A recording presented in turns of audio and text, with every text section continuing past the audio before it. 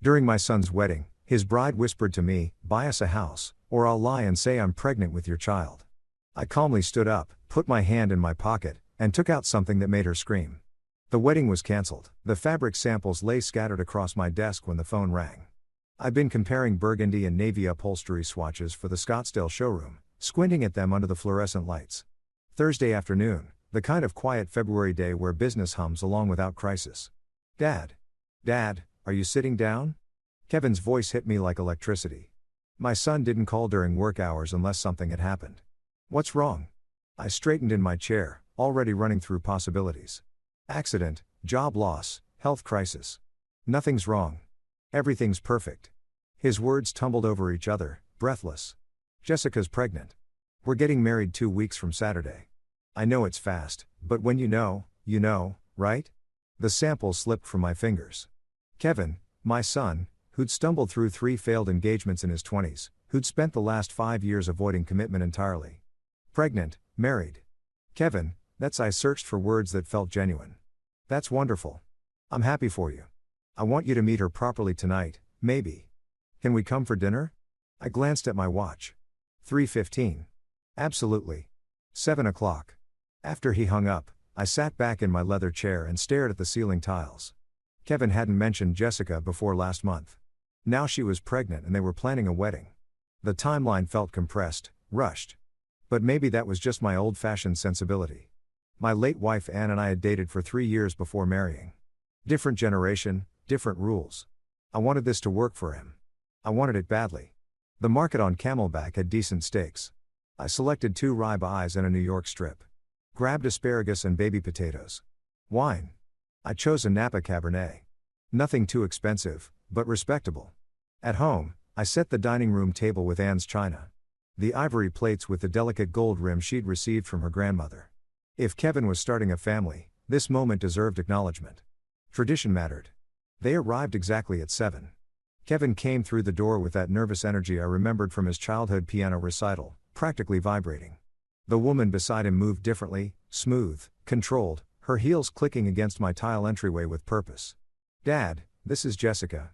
She was striking, dark hair pulled back in a sleek ponytail, designer dress that probably costs more than my monthly utility bill.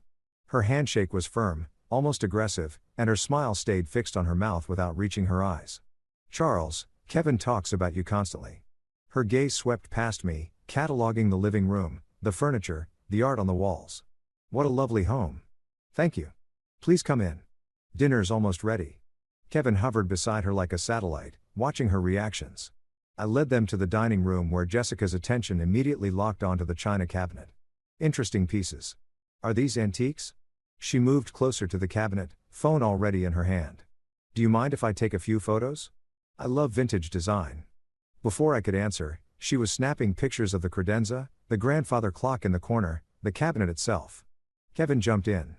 "Jess is really into interior design. She's got amazing taste." "I'm sure she does." I headed to the kitchen, grateful for the excuse to move. Something in her tone when she said antiques hadn't sounded like admiration. It sounded like appraisal. Dinner started pleasantly enough. Kevin asked about the business, updating me on his work in commercial real estate, but Jessica dominated the conversation with surgical precision. 4 stores, Kevin mentioned. That must generate significant revenue. She cut into her steak, eyes on me. "What's the annual take for something like that?" "It varies. Economy affects furniture sales more than people realize." I kept my voice light, businesslike. "But you must do well.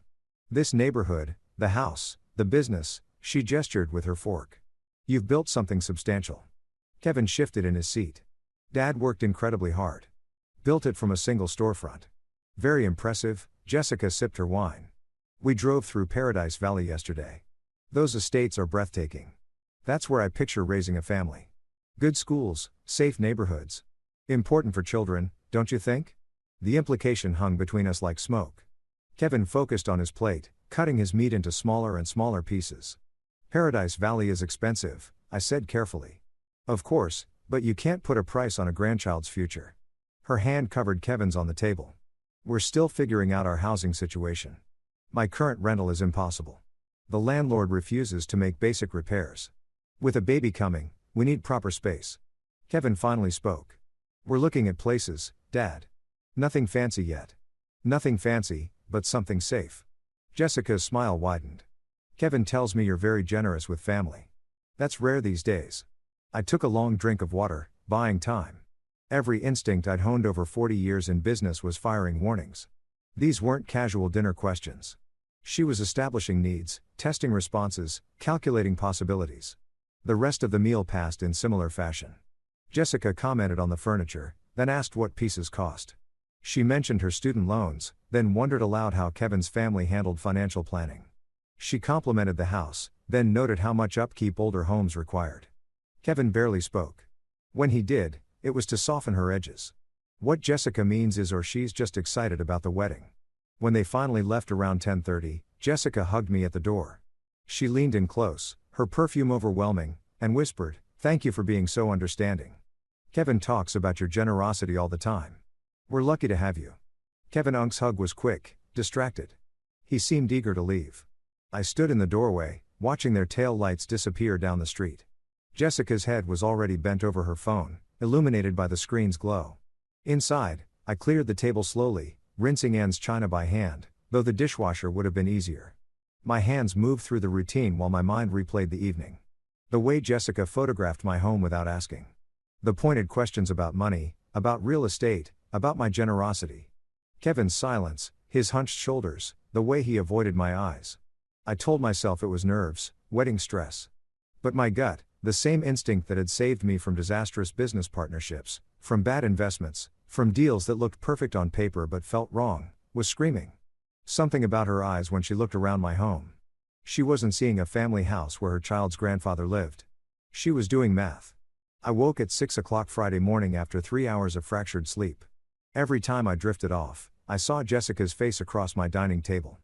Heard her voice asking about revenue and real estate. The coffee maker gurgled while I sat at the kitchen table staring at the chairs where they'd sat 12 hours earlier. The details wouldn't leave me alone.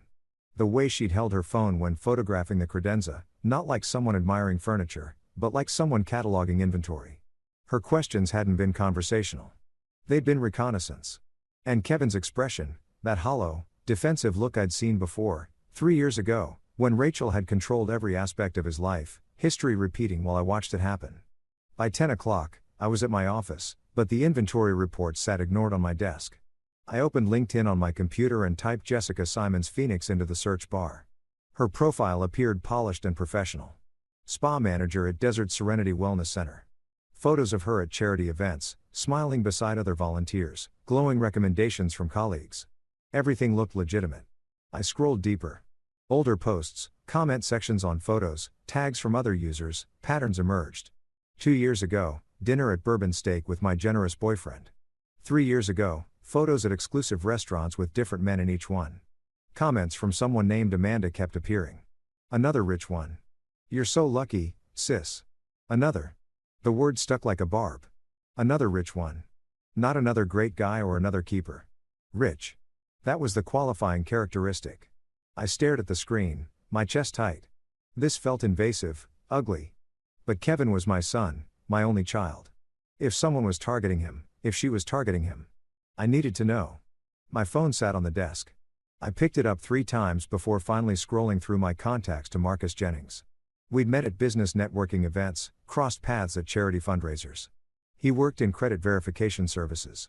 We weren't friends exactly, but we were cordial. The conversation was brief and uncomfortable. "Marcus, I need a favor." Unofficial. "It's about my son's fiancée." He didn't ask why. "Give me her information." Marcus called back at 4:30. "Charles, this is off the record." Completely unofficial. "Understand?" "I understand." Jessica Marie Simons. Current address lists Tempe, but that's recent. Previous address was a luxury complex in Scottsdale. She was evicted 11 months ago for non-payment. Rent was $2,800 monthly. I wrote the numbers down, my handwriting sharp and precise. She's carrying $43,000 in credit card debt across 7 different cards, all maxed. 2 collection agencies have filed legal actions. She started bankruptcy proceedings 8 months ago, but never completed them. The pen stopped moving. 43,000.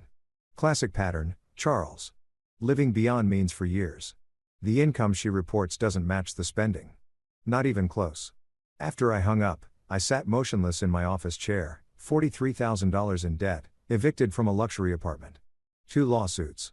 None of this appeared on social media, where every photo showed designer clothes and expensive dinners and weekend trips to Sedona. The pregnancy announcement, the rushed wedding, the Paradise Valley comments during dinner. She wasn't marrying Kevin. She was marrying access to money she thought he had. Or more accurately, money she thought I had. I called Kevin at 6:15 after business hours when I knew he'd be home. I'd rehearsed the conversation in my head, planned to stay calm and rational. "Son, we need to talk about Jessica. Have you checked her financial background?" "What?" His voice immediately sharpened. "What are you talking about?" "I had someone look into her credit history. Kevin, she has substantial debt, over $40,000. She was evicted from her previous apartment. There are collection agencies." "You what?" The explosion came through the phone like a physical force. "You investigated her. You called in favors to spy on my fiancée." "Kevin, listen to me. She has 7 maxed credit cards, 2 active lawsuits. This is serious financial trouble. And with a baby coming, how dare you?" His voice cracked. "Do you have any idea how controlling this is? How invasive? I'm 35 years old, Dad. I don't need you vetting my life like I'm some teenager. I'm trying to protect you. These are facts. She was paying rent she couldn't afford. She's buried in debt. You can't stand seeing me happy. You never approved of anyone I dated. Rachel, Michelle, Sarah, you found problems with all of them. This isn't about approval." I kept my voice level, fighting to stay calm. "This is about a woman with a pattern of financial irresponsibility who suddenly appears pregnant and wants to get married in 2 weeks. Kevin, please just think about the timeline. You just can't stand the thought of me being happy with someone you didn't choose." His words came out ragged, wounded. "You never could.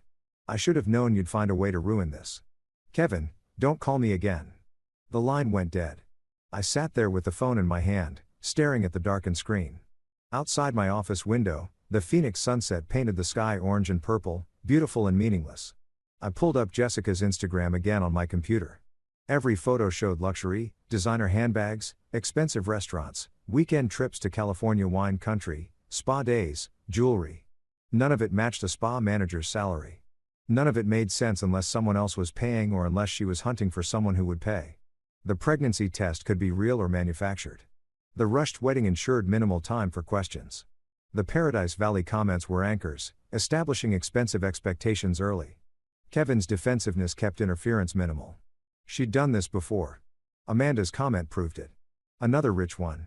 I opened my desk drawer and pulled out a legal pad, something I did when problems needed solving. At the top of the page, I wrote, "Jessica Simons, what I know." The list grew. Debt amounts, eviction date, the timing of her relationship with Kevin. Every pointed question from last night's dinner. When I finished, 3 pages were covered in notes. Kevin wouldn't listen. That was clear. He'd chosen his side, and it wasn't mine. Which meant I had 2 weeks before the wedding. 2 weeks to find proof she was targeting him. 2 weeks to stop this before she destroyed my son. I clicked back to her Instagram, studying each photo with new eyes. Somewhere in this carefully curated performance was the truth. Somewhere was evidence. I just had to find it. A week had passed since Kevin hung up on me. 7 days of silence that felt like months. I'd left voicemails, 8 of them. The first 2 were calm, rational explanations of the credit report. By the 4th, I was pleading. By the 7th, I stopped trying to sound composed. None were returned. Thursday afternoon, I drove past Kevin's apartment in Tempe. Jessica's white BMW sat in his parking spot like a territorial marker. I circled the block twice before forcing myself to leave. Marcus called Wednesday with more information, his voice reluctant. "Charles, I shouldn't tell you this, but Kevin maxed out his savings account. $47,000 gone for the wedding. That's not all. He took out a personal loan, $35,000 at 18% interest just for the reception venue." I sat in my office holding the phone long after Marcus hung up. $82,000. Kevin's entire safety net, plus debt that would take years to clear for a wedding that would last 4 hours. The invitation arrived in Saturday's mail. Heavy card stock, embossed lettering, my name in elegant script. The Phoenician Resort, Scottsdale. Ceremony at noon, February 22nd. I searched the venue online. Their wedding packages started at $80,000. Premium upgrades, the kind Jessica would demand, pushed costs well past 6 figures. The math wouldn't work. Kevin's salary, his savings, the loan. None of it covered what I was seeing. Someone had guaranteed additional expenses. Monday morning, I called the resort's events coordinator. My voice casual. I'm inquiring about availability for my daughter's wedding. What does the Powell ceremony on the 22nd include? The woman's enthusiasm poured through the phone. Oh, the Powell wedding is beautiful. Premium everything. Open bar with top-shelf selections. Live orchestra, imported French roses, chef's tasting menu for 200 guests. They spared no expense. I thanked her and ended the call, my stomach hollow. Kevin was drowning and Jessica was piling stones in his pockets. That night, I sat at my kitchen table typing messages to Kevin on my phone, deleting them. Typing again, deleting. Son, please call me back. Delete. Kevin, I'm worried about your finances. Delete. I love you and I'm sorry. Delete. Everything sounded either controlling or pathetic. I sent nothing. Wednesday afternoon, my phone buzzed with a text from an unknown number. Charles, it's Jessica. We need to talk privately before the ceremony. It's important for Kevin's sake. Can we meet? I stared at the message for 10 minutes, reading it over and over. She was making a move, but toward what? My instinct, the same sense that had kept me from ruinous business deals for 40 years, screamed that this was negotiation, not reconciliation. I typed, when and where. Her response came within seconds. Tomorrow evening, your house? Kevin thinks I'm at my bachelorette dinner. 7 p.m. Thursday morning, I drove to an electronics store on Bell Road. The clerk was young, enthusiastic about the products arranged on gleaming shelves. I need a recording device for business meetings, I told him. He showed me a unit the size of a USB drive. This model is excellent. 20 hours of battery, voice activated, so it only records when someone's talking. Clear audio up to 15 feet. Is it legal for recording conversations in Arizona? Absolutely. One-party consent state. As long as you're part of the conversation, you can record it. I bought it immediately. In my car, I researched Arizona's recording laws on my phone. The clerk was right. One-party consent. Legal to record conversations I participated in without informing the other party. I practiced activating the device. A simple button on the side, a single red blink, then darkness. I drove home and tested it, recording myself reading the newspaper aloud, playing it back. My voice sounded strange and distant, but every word was intelligible. Whatever Jessica wanted, I'd have proof. Friday evening at 7 o'clock, I watched through my front window as Jessica's BMW pulled into my driveway. She stepped out wearing a soft pink sweater, her makeup understated, hair loose around her shoulders. She looked young, vulnerable, every detail calculated to project innocence. I activated the recorder in my jacket pocket before opening the door. The red light blinked once. Charles, thank you for seeing me. Her smile was apologetic, practiced. I know things have been tense. I led her to the living room. She settled onto the couch, accepted a glass of water, and her expression turned gentle. I owe you an apology. I was pushy at dinner. Wedding stress, you understand? I didn't mean to come across as materialistic. I watched her performance, recognizing the technique. Soften the target before the real request. I'd seen it in business negotiations dozens of times. Kevin loves you so much. She continued. This distance between you is killing him. I wanted to fix things before the wedding. Can we start over? Her eyes were wide, sincere, perfectly practiced. If I didn't know what I knew, I might have believed her. I appreciate you coming, Jessica. I want Kevin to be happy. She smiled, relief flooding her features. Then carefully, there is one small thing. Kevin's been stressed about money. The wedding costs more than we planned. She paused, letting silence do its work. I said nothing. I wondered if you might help with our housing situation after the wedding, just temporarily, until we get settled. The test, probing my willingness to provide money, measuring my resistance. We can discuss that after you're married, I said carefully. Let's focus on the wedding first. Her smile tightened. Not the answer she wanted, but she nodded and left 15 minutes later. After her tail lights disappeared down the street, I sat in my darkened living room and played back the recording. Her voice emerged crystal clear, every inflection captured. Tomorrow was the wedding. Whatever Jessica really wanted, she'd ask for it then, and I'd be ready. Saturday morning arrived cold and bright. I'd slept 3 hours, spent the rest pacing my bedroom, running through scenarios. None prepared me for what was coming. The Phoenician resort spread across the base of Camelback Mountain like a palace. I pulled into the circular drive at 10 o'clock, watching valet in crisp uniforms rush toward arriving cars. Money radiated from every detail, the spotless pavement, the towering palms, the marble columns framing the entrance. Ice sculptures flanked the doorway. Massive swans that must have cost thousands. Floral arrangements 12 feet tall lined the walkway. White roses and orchids arranged in cascading waves. I mentally calculated 5,000 for flowers alone, possibly more. Kevin's friends were arriving, women in designer cocktail dresses, men in expensive suits. I recognized a few faces from his college years. They looked successful, established, the kind of crowd Jessica would want as witnesses to her triumph. I touched my jacket pocket, feeling the recorder's small weight. My phone buzzed.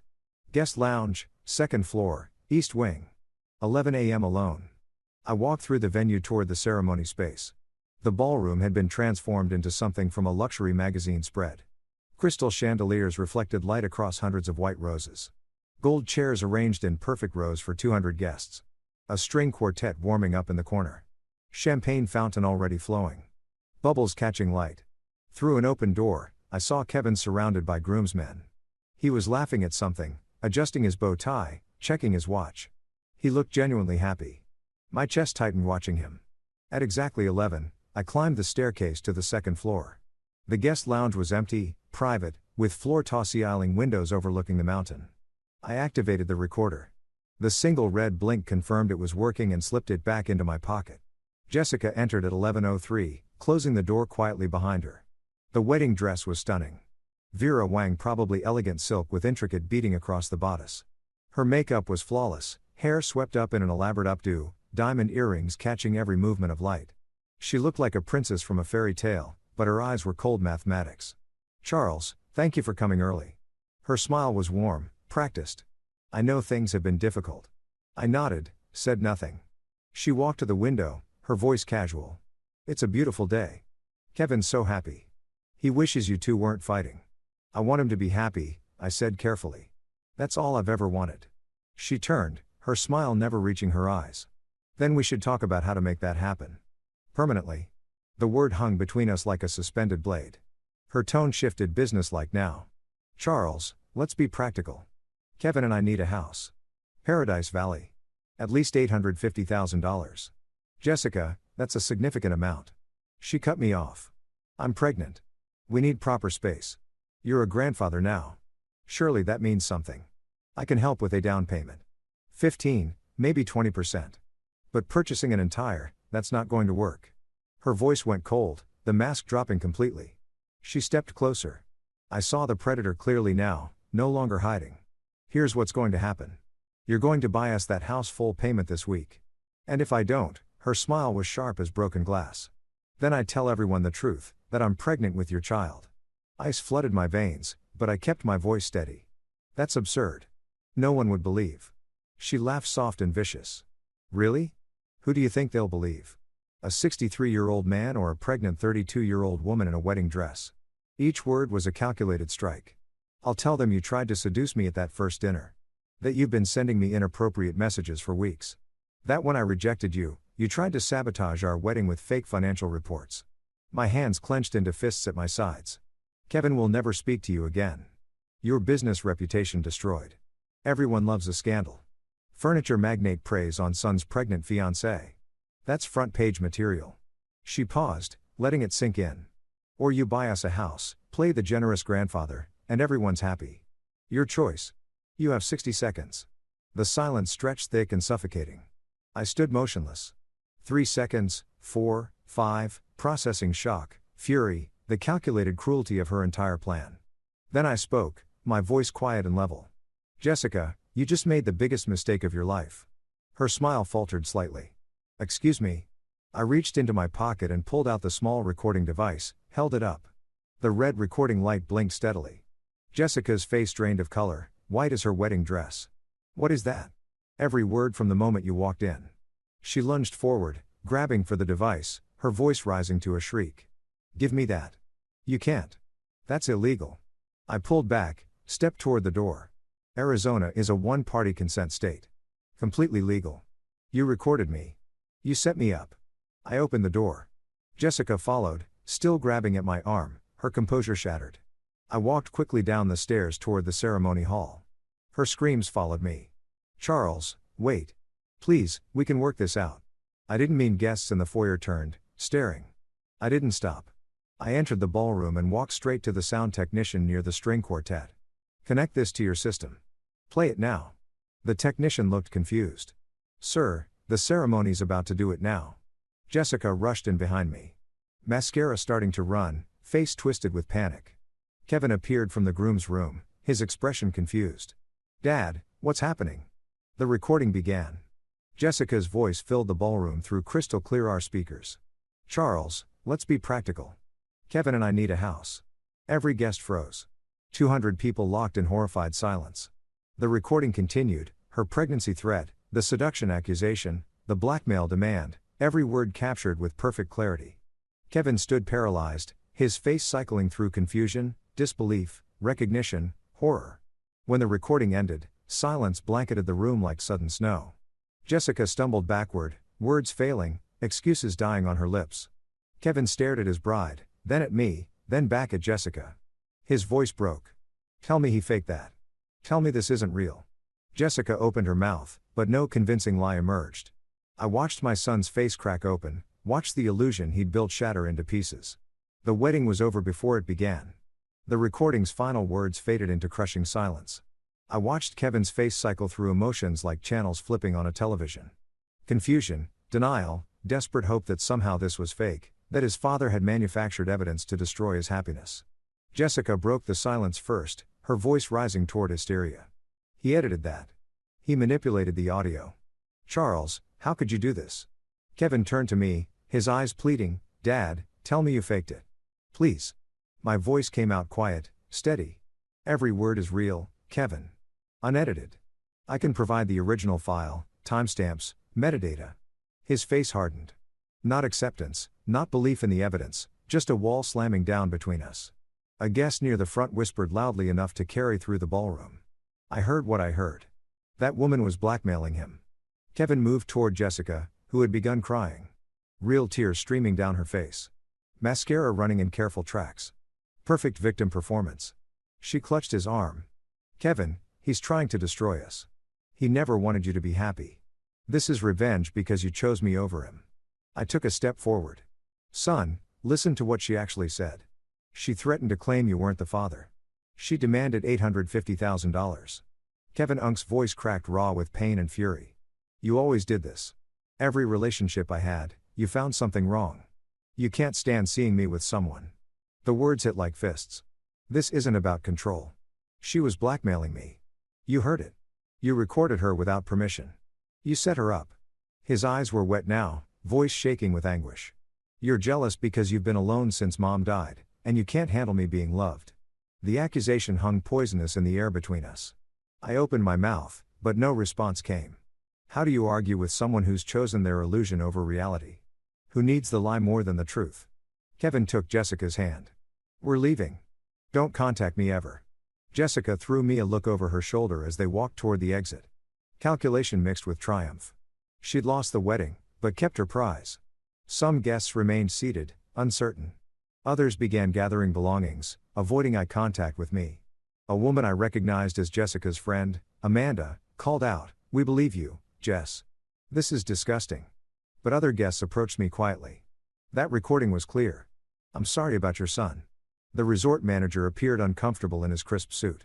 Mr. Powell, we'll handle the cancellation arrangements. No charge for the venue. I nodded, unable to form words. Within an hour, the ballroom emptied. I sat in one of the gold chairs, surrounded by $80,000 worth of flowers and untouched champagne fountains. My phone vibrated constantly. Texts from friends, family, people who were there. I didn't read them. A waiter approached nervously. Sir, can I bring you anything? I shook my head. He retreated, leaving me alone in the wedding that wasn't. I drove home in a fog. The afternoon heat shimmering off the asphalt in waves. My house felt enormous and empty when I entered. Anne's absence sharp as broken glass even after 3 years. Sunday morning, my phone buzzed with a text from Kevin's number. The message was brief, final. I'm not your son anymore. Jessica and I are moving forward together. Don't call. Don't text. You're dead to me. I read it 3 times. Each word felt permanent, carved in stone. Sunday afternoon, a friend forwarded me Jessica's Instagram post. The photo showed her in casual clothes, eyes red from crying, no makeup, calculated authenticity. The caption read, "Heartbroken doesn't begin to cover it." Kevin's father sabotaged our wedding because he couldn't accept someone loving his son. He recorded a private conversation, edited it to make me look terrible, and destroyed the happiest day of my life. To everyone asking, yes, Kevin and I are staying together. Real love survives attacks. The post had 347 likes, 89 supportive comments. I saw names I recognized, mutual acquaintances, business contacts, people who should know better. Some comments were different. I was there. That recording sounded pretty clear to me. But they were buried under Jessica's supporters. I set my phone down and didn't pick it up again for hours. Monday morning, I sat across from Richard Clark in his downtown Phoenix office. He was 58, gray suit, calculating eyes that had seen every kind of family disaster. He'd listened to the recording twice, taken notes, and now delivered his assessment. The recording is completely legal. Arizona's one-party consent law is clear. But I waited through the pause. She can still sue you. Emotional distress. Defamation. Claim you recorded her in a bathroom or somewhere with expectation of privacy even though you didn't. Make your life expensive even if she loses. So she gets away with it. Richard leaned back. Not necessarily. But you need to be smarter than just having proof. You need to build a pattern. Show this isn't an isolated incident. He slid a business card across the desk. Private investigator. Discreet, expensive, but thorough. I pocketed the card. What am I looking for? Her history, previous relationships, financial records. Anything that shows this is her playbook, not a one-time mistake. If she's done this before, those men might talk. I nodded, feeling pieces of a plan forming. Richard added quietly. And Charles, prepare yourself. Your son might not come around. Not soon. Maybe not ever. The words landed heavy and true. As I stood to leave, Richard mentioned almost casually, one more thing. I had someone check hospital records. Doctor visits. Jessica Simons hasn't seen an OB/GYN in 2 years. I froze. She's not pregnant. No medical evidence she is. No prenatal vitamins purchased on her insurance. No appointments. Either she's lying or she had a very recent miscarriage she hasn't mentioned. I felt fury and something like relief collide. She lied about being pregnant to pressure Kevin into marriage. That would be my assessment, which makes the blackmail even more calculated. She was building urgency around a fiction. I sat back down heavily. The cruelty of it, using a fake pregnancy to trap my son, settled over me like wet concrete. I left the lawyer's office, stepped into harsh Phoenix sunlight. I had evidence, a legal recording, proof of Jessica's manipulation, but Kevin still chose her. The victory felt like ashes. 3 manila folders spread across my desk. The private investigator's report on Jessica's past. First folder, Robert Green, 45, divorced tech executive from 2022. The PI found bank records showing Robert paid Jessica $75,000 after dating 6 months. His statement to the investigator. She threatened to accuse me of assault if I didn't pay. I had a daughter, a business reputation. I paid to make her disappear. Second folder, Michael Torres, 51, real estate investor from 2020. Similar pattern, 4-month relationship, sudden pregnancy claim, demands for money. Michael paid $50,000 before Jessica miscarried. 2 weeks later. Third folder, David Chen, 48, restaurant chain owner from 2019.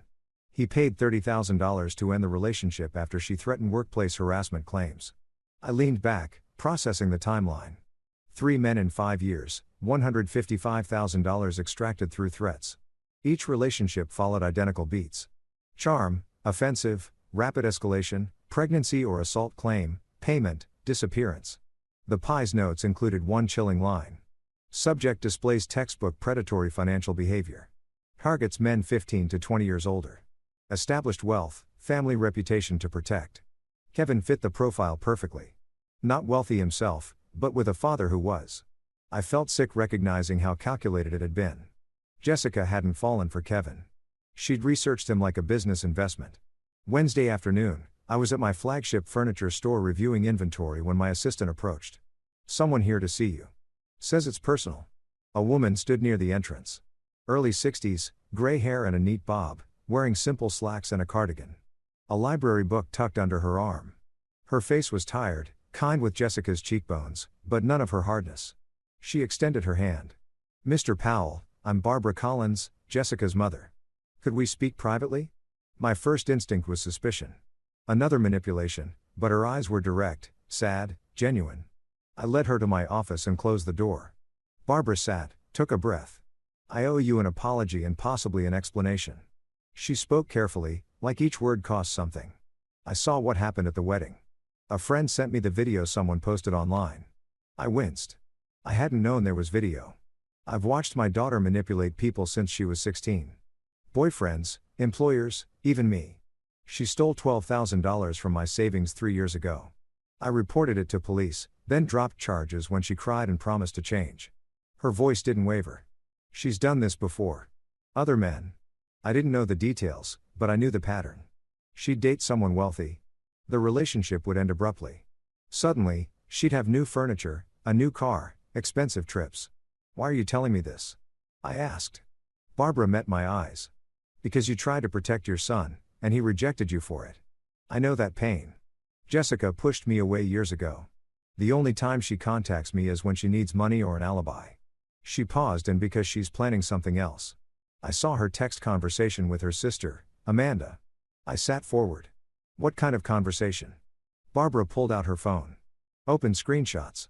Amanda left her phone at my house last month. I looked. I know it's wrong, but I needed to know what Jessica was doing. She handed me the phone. The text thread between Jessica and Amanda read like a criminal blueprint. Jessica. Kevin's broke now, but his dad's loaded. The recording is a problem, but I can work around it. Get Kevin to sue Charles for emotional damages. Split whatever we win. Amanda, you think Kevin will sue his own dad? Jessica, he'll do whatever I tell him. He's already isolated from everyone but me. Give it 2 months, then I'll suggest he deserves compensation for childhood trauma or something. Make it about therapy costs. I read it twice, feeling cold, fury build. I looked up at Barbara. You're giving this to me. Why? Her voice was quiet. Because I failed as a mother somewhere. I don't know where or when, but I created this. And I can't watch her destroy more lives. This is your daughter. Yes, and I love her. But I also know she won't stop unless someone stops her. You have resources to fight back. Kevin's in danger, even if he doesn't see it yet, she added. There's more. Email threads where Jessica discusses targets. A spreadsheet of men she researched, including income estimates. She treated your son like a business acquisition. I felt something shift inside me. Not just anger, but strategy forming. Barbara visited again Thursday morning at a coffee shop I suggested. Neutral ground. She brought more evidence. Printouts of Jessica's social media from years ago, deleted posts bragging about landing wealthy men. We sat for 2 hours, Barbara filling in gaps the pie couldn't access. I found myself talking about Kevin's childhood, my late wife, how hard I tried after she died. Barbara listened, shared her own story. Husband left when Jessica was 10. She raised both daughters alone on a librarian's salary.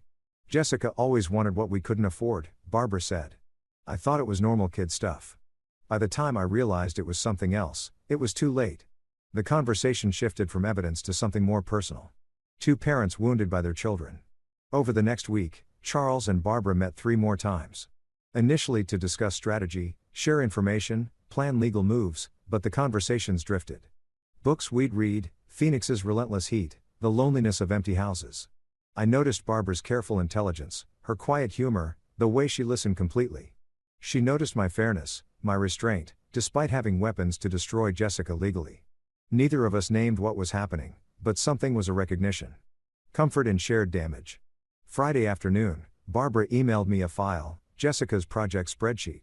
I opened it, felt my blood pressure spike. Column headers, name, age, net worth, SD, vulnerabilities, timeline, expected yield. Kevin Powell 3585K salary but father owns 4 business father guilt isolated desperate to prove independence 6 to 8 months 500K 1mm 9 other names were listed above Kevin's dates going back to 2018 most had notes completed 75K completed 50K failed 2 smart failed had prenup I forwarded the file to Richard immediately this wasn't just evidence it was a confession. Barbara and I met at the coffee shop again Friday evening. I slid my laptop across the table, showed her Richard's response. This changes everything. We can pursue fraud charges, but we need to be strategic about when we reveal this. Barbara nodded slowly. What's the goal? Protecting Kevin or punishing Jessica? I considered both, but protecting Kevin comes first, even if he hates me for it. Barbara's hand rested briefly on the table near mine. Then we do this carefully.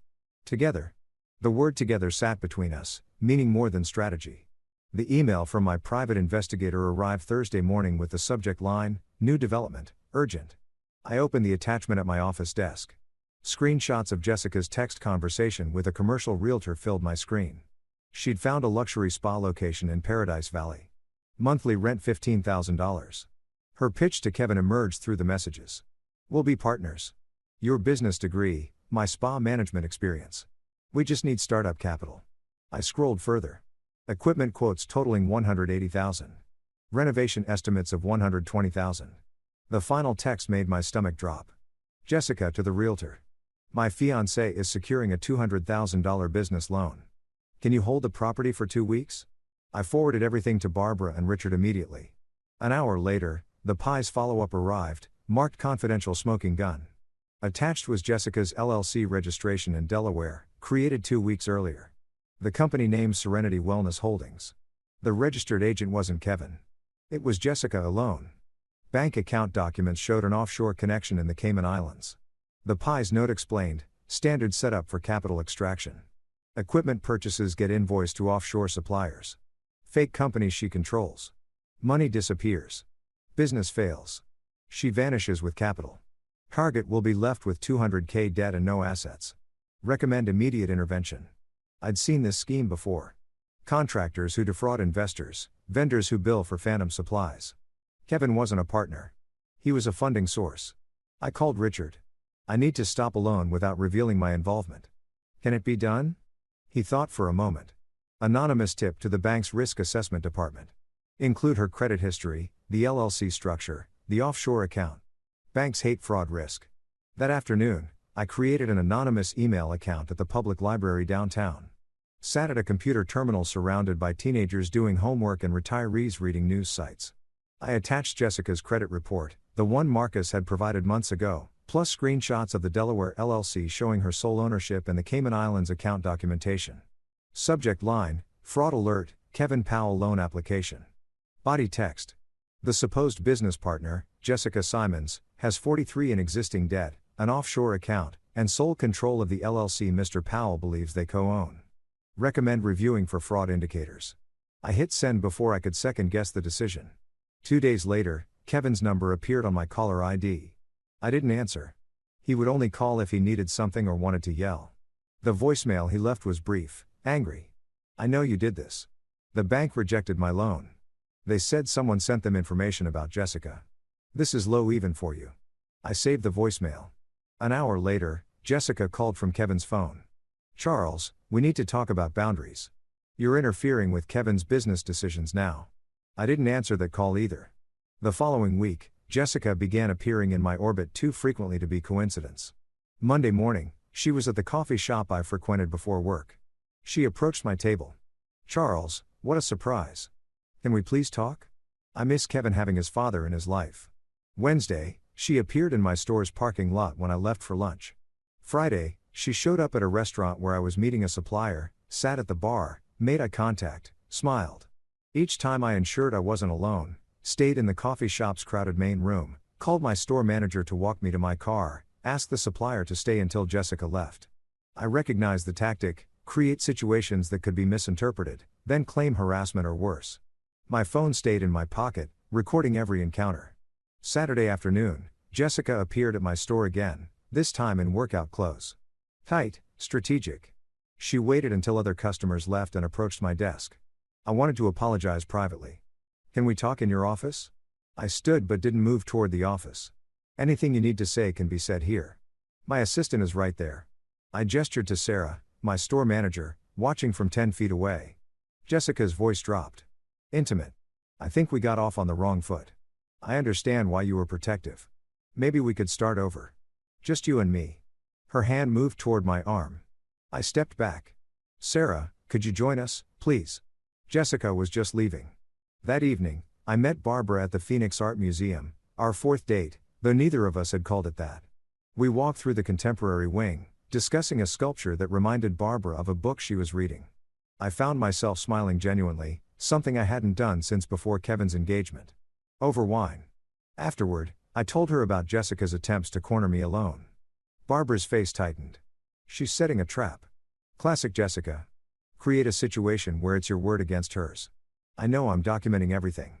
Never alone, always recording. She touched my hand. I hate that you have to live like that, but I'm glad you're being careful. The touch lingered longer than necessary. Both of us noticed. Neither pulled away. Over the next 2 weeks, Barbara and I fell into a rhythm. Coffee twice a week, dinner on weekends, long phone conversations about everything except our children. Barbara introduced me to contemporary fiction I'd never have read. I discovered I liked it. I took her to a symphony at the Scottsdale Center for the Performing Arts. She cried during the Brahms. One evening at her townhouse, reviewing legal documents became background noise to conversation about our lives before the damage. I talked about my late wife, 8 years gone, how I'd stopped living and just maintained. Barbara shared about her ex-husband, the loneliness of raising difficult daughters alone. Neither of us said, "I'm falling for you." But both knew. Late one night, I sat in my home office staring at the framed photo of Kevin from his high school graduation. My phone buzzed. Another blocked call, probably Jessica. I thought about the PI reports, the bank intervention, the careful documentation of Jessica's seduction attempts. I was protecting my son, but Kevin saw it as warfare. The question noted. Was I helping or just punishing? Barbara's text arrived. Stop overthinking. You're doing what's necessary. Get some sleep. Sunday morning, Barbara and I met at our regular coffee shop. A corner table had become ours. She slid her phone across. Amanda posted this yesterday. Read the comments. The Instagram post showed Jessica and Kevin apartment hunting. Caption: New beginnings despite obstacles. Comments from Jessica's friends. Your future Phil is crazy. Can't believe he's still harassing you. Have you considered a restraining order? I felt public opinion shifting against me. Barbara, she's building a narrative, preparing for something bigger than seduction attempts. I met her eyes. Let her come. Richard has everything documented. We're ready. The certified mail arrived at 9 a.m. on a Tuesday. I signed for it in my driveway, recognized the law firm letterhead immediately. Civil complaint, Jessica Simons and Kevin Powell versus Charles Powell. I read standing there, April sun already hot on my shoulders. The claims: intentional infliction of emotional distress, defamation, interference with business relations, damages sought, $500,000. The narrative Jessica's lawyers constructed was polished. Defendant, motivated by jealousy and desire to control his adult son, fabricated audio recordings, sabotaged business opportunities, and publicly humiliated plaintiffs at their wedding ceremony. I read it twice, feeling cold, fury build. That afternoon, I sat across from Richard in his downtown office.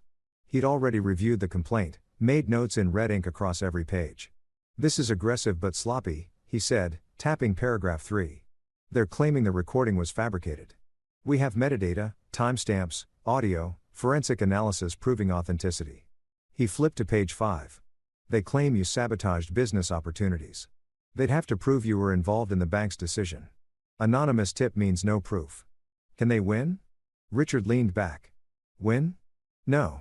Make it expensive and painful? Absolutely. Discovery will be invasive.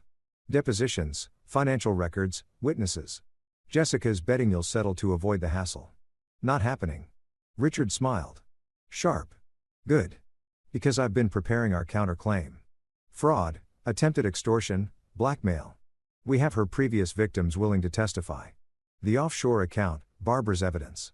When we're done, Jessica won't be able to run this scheme again. I learned through a mutual business contact that Kevin had been fired. Not quit. Despite what Jessica's Facebook post claimed, Mark called me reluctantly. Thought you should know. Kevin's been missing deadlines, arguing with everyone. Finally went off on his supervisor last week. They let him go. I tried to process this. Kevin loved that job. Worked there 7 years. Mark continued. He's not himself. Charles looks exhausted. Lost weight. Whatever's happening with that woman, it's destroying him. I hung up and immediately wrote an email. Son, I heard about your job. Please talk to me. Whatever you need, I'm here. This lawsuit doesn't change that I love you. I sent it to Kevin's personal email, his work email, his phone via text. All bounced back or went unread. Jessica had blocked every channel of communication.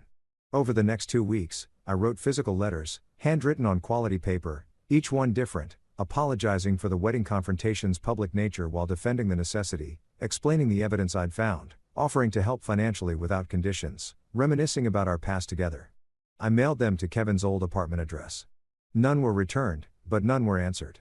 I imagined Jessica intercepting them, reading them first, deciding what Kevin saw. The silence was worse than Kevin's anger had been. It meant complete isolation. Barbara called me on a Wednesday evening, voice tight. Amanda just told me Kevin's selling his apartment. I felt the floor drop. That's his only asset. He bought it 5 years ago. Jessica convinced him they need the money for legal fees and living expenses until he finds work. Amanda said, Jessica has a real estate agent already lined up. It'll sell fast. Good area. Nice unit. I did quick math. Kevin bought it for $240,000, probably worth $290 now with Phoenix's market after his existing mortgage, maybe $80,000 in equity. Jessica would burn through that in months, leaving Kevin with nothing. Can I buy it through an LLC? Keep Kevin from knowing? Barbara's silence told me she'd already considered and rejected this. Kevin would eventually find out.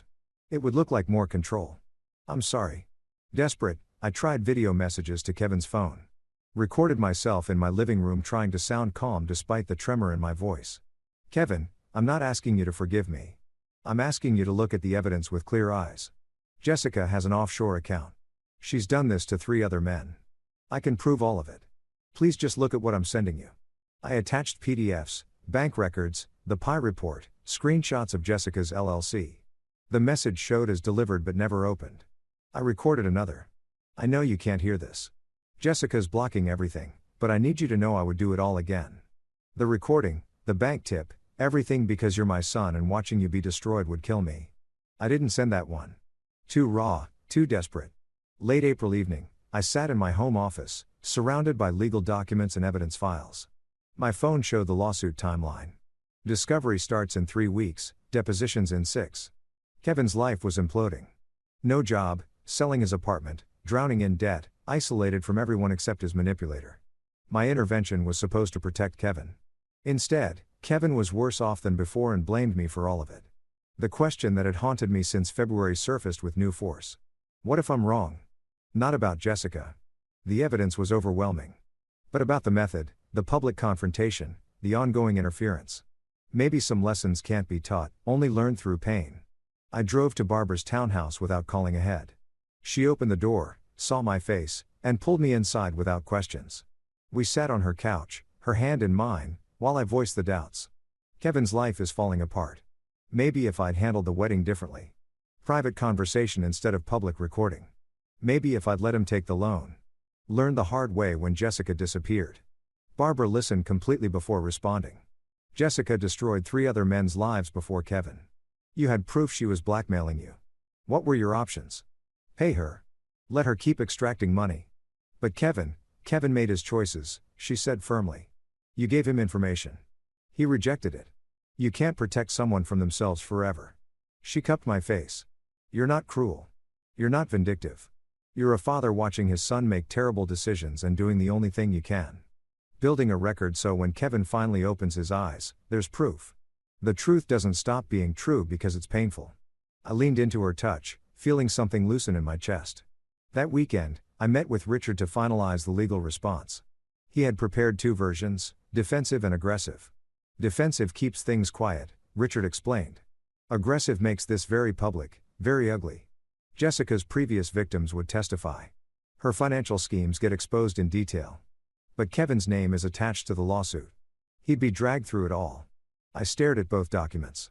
My son's signature was on the complaint against me, but my son was also a victim, manipulated into attacking his own father. I chose the aggressive option. Kevin needs to see the full truth, even if he hates me for it. Late that night, Barbara and I walked through her neighborhood, the desert air finally cooling. When this is over, the lawsuit, the exposure, everything, Kevin still might not forgive you, she said. I know. Can you live with that? I thought about the past 3 months. Discovering Jessica's scheme, the wedding confrontation, losing Kevin, finding Barbara. My answer surprised me. Yes, because I'll know I did everything possible to save him, even if he never sees it that way. The Maricopa County Superior Court building rose from downtown Phoenix like a monument to order. All glass and concrete fighting the June heat. I sat at the polished defense table beside Richard, watching Jessica's lawyer arrange papers with practiced confidence. Judge Morrison presided, mid-50s, sharp eyes, a reputation for demolishing frivolous lawsuits. Jessica's attorney, Davis, delivered his opening statement with theatrical flair. Charles Powell, jealous father, controlling manipulator, destroyed his son's happiness from pure spite. Kevin sat in the gallery behind Jessica, wearing an ill-fitting suit. He'd lost weight. His face was pale, unreadable. Barbara sat alone 3 rows back. Our eyes met briefly. She nodded, encouragement. Richard waited beside me with predatory patience, yellow legal pad covered in notes. 3 evidence boxes stacked at his feet. Jessica took the stand, swearing oath with practiced sincerity. Her lawyer guided her through the narrative. She'd fallen in love with Kevin, was excited to join his family, but Charles had been hostile from their first meeting.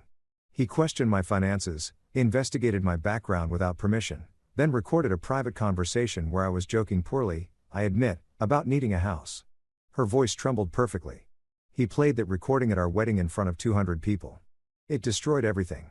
Kevin lost his job from the stress. We lost our savings, all because Charles couldn't accept someone loving his son. She dabbed her eyes with tissue. Richard didn't cross-examine aggressively. He asked 3 questions. Miss Simons, how many men have you dated in the past 5 years who were significantly older and financially established? Jessica hesitated. I don't see how that's relevant. Richard smiled. Your Honor, it will become very relevant. Richard began methodically. Your Honor, this isn't about a father's jealousy. It's about a documented predator who has run this identical scheme on at least 3 previous victims. He presented the audio forensic analysis first. Expert testimony via deposition confirming the wedding recording was authentic, unedited with verified timestamps and metadata.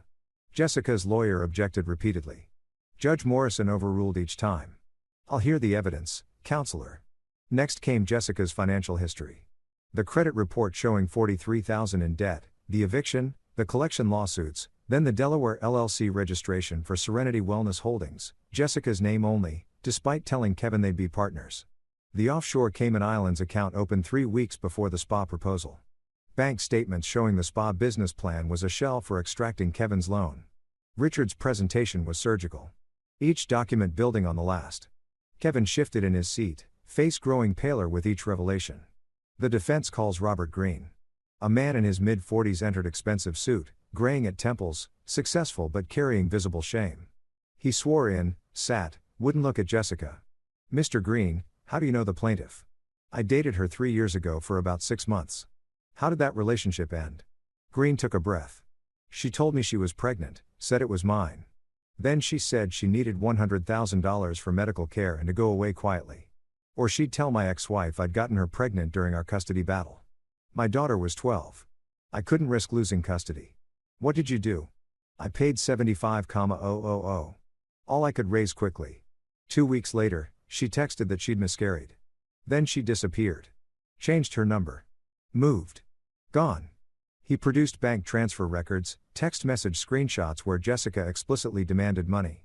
The courtroom was silent except for someone's sharp intake of breath. Jessica's lawyer tried damage control. Your Honor, Mr. Greene's allegations are unproven, and Richard interrupted. We have 2 more victims prepared to testify. Michael Torres paid $50,000 under similar circumstances in 2020. David Chen paid $30,000 in 2019. Same pattern. Fake pregnancy, blackmail, payment, disappearance. He slid their sworn affidavit across to the judge. Judge Morrison read, face darkening. Jessica stood suddenly. Those men are lying. This is a conspiracy. Charles paid them too. Mrs. Simon, sit down. Jessica's lawyer whispered urgently. But she was panicking now, the composed mask cracking. I watched Kevin in the gallery, his face cycling through emotions. Disbelief, recognition, horror. Judge Morrison didn't deliberate long. I've heard enough. This lawsuit is not only without merit. It appears to be part of an ongoing pattern of fraud and extortion. She looked directly at Jessica. Miss Simons, the recording Mr. Powell made was legal under Arizona law. The evidence suggests you did exactly what that recording captured. Attempted to blackmail him for money. Your claims are baseless. The gavel came down. The complaint is dismissed with prejudice. Further, Mrs. Simons, you are ordered to pay defendants' legal costs in the amount of $47,000. Jessica's face went white. I'm also referring this matter to the county prosecutor's office for investigation of possible fraud and extortion charges. This court is adjourned. The gavel's crack echoed like a gunshot. I exited the courthouse into late afternoon heat, loosening my tie. Richard was triumphant. That went better than expected. Morrison doesn't make prosecutorial referrals lightly. Barbara appeared, hugged me briefly, propriety in public, but relief in her eyes. Then I saw Kevin standing by a parking meter, alone, looking lost. Jessica was 20 feet away on her phone, back turned, voice rising in argument. I approached Kevin slowly. "Son." He looked at me and for the first time in 6 months really saw me. "Dad, those men, what they said." His voice broke and I recognized the sound, his certainty shattering. "I know. I'm sorry you had to hear it that way, but you needed to hear it." Kevin's next words came hoarse. "The offshore account, the fake pregnancy. Was any of it real?" I wanted to comfort him with lies, but chose truth. "I don't think so, Kevin. The Pi found evidence she researched you before you even met. Your income, my business, everything. She chose you deliberately." Kevin sagged against the parking meter. "I quit my job for her. Sold my apartment. Sued my own father. I moved closer. I know and I still love you. That never changed." Kevin looked like he wanted to believe, but couldn't quite reach it yet. Jessica's voice cut across the parking lot. "Kevin, we're leaving now." Her tone was sharp, commanding. No more sweet manipulation, just control. Jessica strode over, grabbed Kevin's arm. "Don't listen to him. Your father paid those men to lie. It's all a setup. We can appeal." Kevin pulled his arm back slowly. First time I'd seen him resist her. "Jessica, they had bank records, text messages. That man was crying on the stand." Jessica's voice went syrupy. "Baby, he was acting. Your father is powerful. He has money. He can make people say anything. We have to stay together. You and me against the world, remember?" Kevin looked between her and me. Mine visibly at war. I stayed silent. This had to be Kevin's choice. Finally, Kevin said quietly, "I need to think. I need space." Jessica's face hardened for one unguarded moment. Pure calculation. No love. Then the mask returned. "Of course, baby. Let's go home and talk. Just us." Kevin walked to Jessica's car, movements mechanical. I watched them drive away. Barbara's hand finding mine. Richard approached. "He's wavering. Give it time. Reality doesn't sink in instantly." I nodded, but the hollow feeling remained. I'd proved everything in court. Exposed Jessica, completely won the legal battle.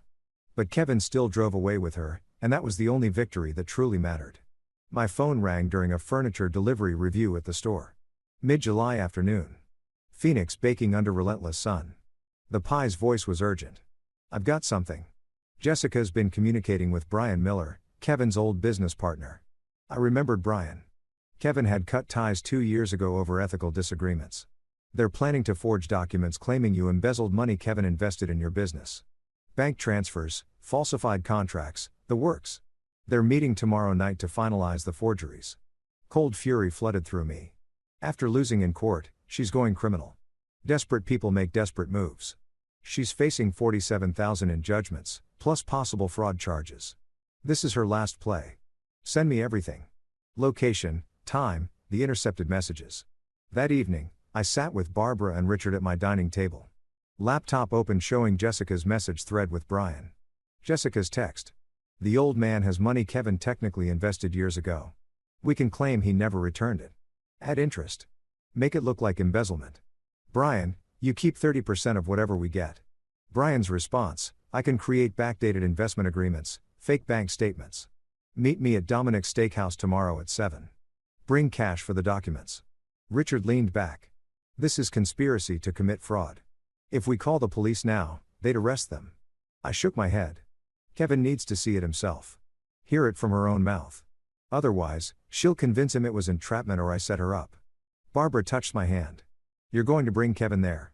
Show him who she really is when she thinks he can't hear." "Exactly. Can you get him there without Jessica knowing?" "Amanda owes me. She's starting to see what Jessica really is. I think she'll help." Next morning, I texted Kevin from a new number. He'd blocked my regular number months ago. "Kevin, it's Dad. Please don't delete this. I need to talk to you. Not about Jessica. About your mother. Something I should have told you years ago. Dominic's Steakhouse tonight at 7. I'll wait 1 hour, please." The mention of his late mother was calculated. Kevin always wondered about details I rarely discussed. 3 hours later, a response. I'll be there. 7:15. If this is a trick, I'm done forever. I coordinated with the restaurant manager, an old customer.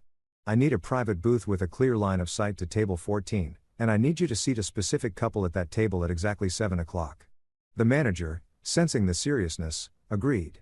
I arrived at 6:45, took a corner booth with high back seats, could see table 14, but occupants couldn't see me. At 7 o'clock, Jessica and Brian arrived. We're seated at table 14, 20 feet away. Jessica wore business casual, her serious meeting outfit. Brian was mid-40s, slick briefcase on table. They ordered drinks. Then Brian pulled out folders. I've created everything. Investment contracts from 5 years ago showing Kevin put $85,000 into Powell Furniture. Letters requesting return of capital. Your father ignoring them. Jessica examined the documents, smiling. These look perfect. When Kevin sees these, he'll have to sue again. His father will settle rather than face embezzlement charges. My hands clenched under the table, but I waited. At 7:12, Kevin walked in, scanning the restaurant. I watched Kevin approach the host's stand, searching for me. He hadn't seen Jessica and Brian yet. They were engrossed in their conspiracy. I texted Kevin, "Don't come to my table yet. Look right. Table 14. Just listen." Kevin's face showed confusion. Then he spotted Jessica. He froze, 20 feet away, partially hidden by a decorative pillar. Jessica's voice carried in the quiet restaurant. "Kevin's such an easy mark. He actually believes everything I tell him. I love you, baby.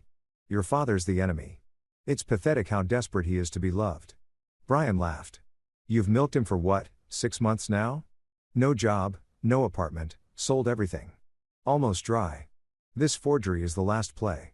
We get Charles to settle for maybe $200,000. I take my cut, pay off those court costs, and disappear. Kevin won't even know I'm gone until the lease on our apartment bounces. What about the kid? Still playing?" Jessica's laugh was cold, empty. "Please, there's never been a kid. That idiot believed it without even seeing a test." I watched Kevin's face from across the restaurant. It was the face of someone watching their entire world burn. Kevin Unk's knees buckled slightly. He grabbed the pillar for support. Jessica continued oblivious. The recording at the wedding was my only mistake. Should have checked for devices, but even after that disaster, Kevin stayed. They always stay longer than you expect. She took a sip of wine. Men like Kevin, desperate for validation, daddy issues, isolated, they're perfect targets. You just tell them what they want to hear and watch them hand over everything. Kevin turned, saw me in the corner booth. Our eyes met across the restaurant. Everything Jessica said, every lie, every manipulation, it was all visible in Kevin's expression. I nodded toward the exit. Kevin walked out, moving like a man underwater, and I followed.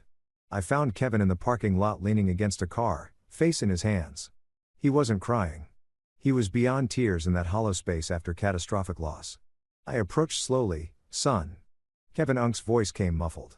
"You tried to tell me at the wedding, after court, in every letter, I called you jealous, controlling, bitter. You were in love, or what you thought was love. She's very good at this." Kevin finally looked up. "I sold my apartment, quit my job, sued my own father, for someone who just called me an idiot, who was never pregnant, who was never anything real." I moved closer. "You weren't blind, Kevin. You were manipulated by a professional. There's a difference. I lost everything. I have nothing. I am nothing." I pulled my son into a hug. "First physical contact in 8 months. You have me. You've always had me. That never changed. Not once." Kevin broke then, sobbing against my shoulder like he hadn't since childhood. I held him, feeling something fundamental shift back into place. Inside the restaurant, Jessica looked up to see police officers approaching. I'd called them before Kevin arrived, had them waiting, the forgery documents, the conspiracy on audio, the open warrant from the judge's fraud referral, it all converged. Jessica tried to run, but there was nowhere to go. Brian was arrested alongside her, both charged with conspiracy to commit fraud and forgery. By morning, Jessica had fled Phoenix on bail, skipping town in the $47,000 judgment. I didn't pursue her. She was out of Kevin's life, and that was the victory that mattered. August arrived with Phoenix monsoons washing the city clean. Kevin moved into my guest room temporarily, started therapy, began job hunting. The process was slow. Rebuilding a life takes longer than destroying one. But I watched my son gradually return. Smiles at breakfast. Interest in conversations, plans for the future. One evening, Barbara and Kevin and I sat on the back patio. I took Barbara's hand. We have something to tell you. Barbara and I are getting engaged. Kevin's reaction surprised us. He grinned. About time, Dad. She's way too good for you. Barbara laughed, and I felt something I hadn't felt in years. Complete. Late August, I hosted a small engagement gathering at my home. 20 close friends, nothing elaborate, everything genuine. Barbara wore a simple blue dress, her smile radiant. Kevin stood beside me as the main witness, healthy weight returning, clarity back in his eyes. When it was time for toast, Kevin tapped his glass, stood. I need to say something. For months, I thought my father was the enemy. Controlling, jealous, trying to ruin my happiness. His voice steadied. But the truth is, sometimes the biggest act of love is saying no when everyone else says yes. It's standing between someone you love and danger, even when they hate you for it. Kevin looked at me. Dad, you saved my life. You let me hate you, sue you, cut you off, and you never stopped trying to protect me. That's not control. That's love. So, thank you for not giving up. Even when I gave up on you. My throat tightened, but I managed. You're my son. I'd do it again. Every time. Kevin raised his glass. To Charles and Barbara, two people who know that real love means telling hard truths and standing firm when everything says to walk away. The small gathering applauded, glasses clinked, and I looked around. My son restored. A woman I loved beside me. A future built on ruins. The revenge wasn't destroying Jessica. It was this. Saving Kevin and finding Barbara. That's the victory that matters.